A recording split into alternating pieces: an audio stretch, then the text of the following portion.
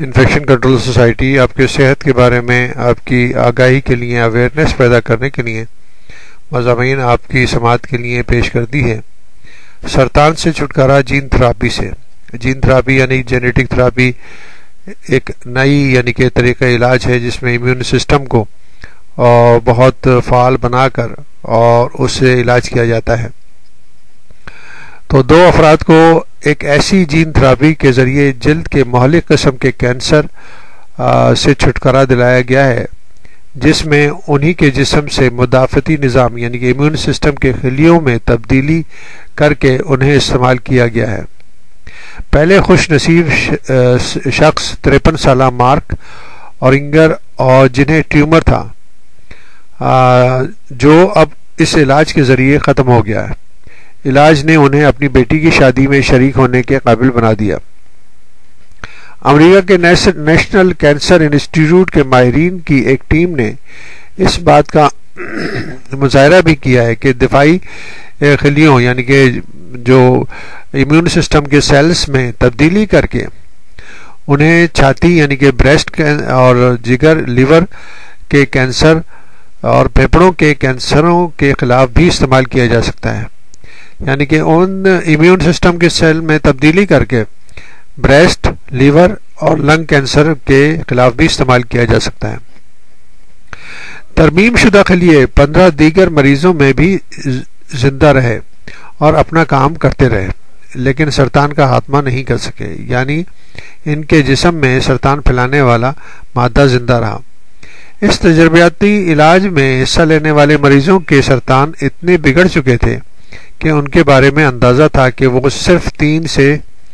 6 ماہ تک زندہ رہیں گے، اگرچہ ایسے 17 میں سے صرف 2 مریضوں کے جسم میں علاج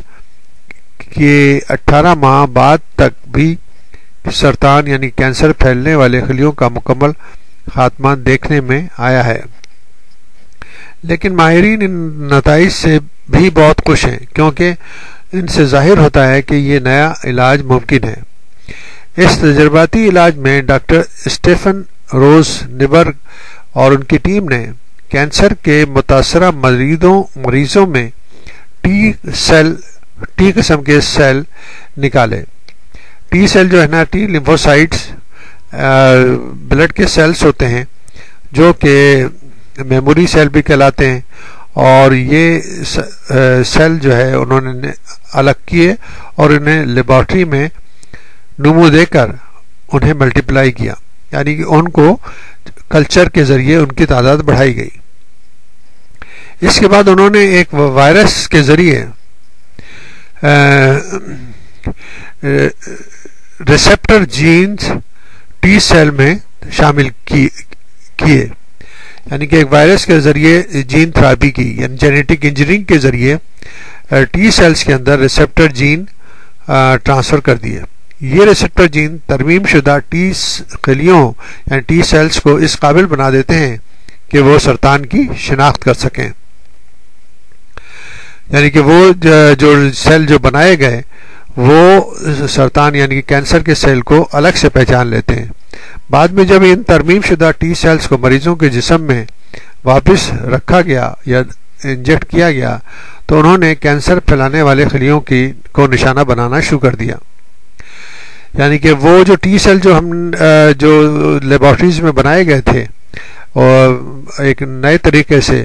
وہ اس قابل ہو گئے تھے کہ وہ کینسر سیل پہ حملہ کر کے ان کو تباہ کر دیں۔ علاج کے 2 ماہ بعد ترمیم شدہ ٹی سیلز مریض کے جسم میں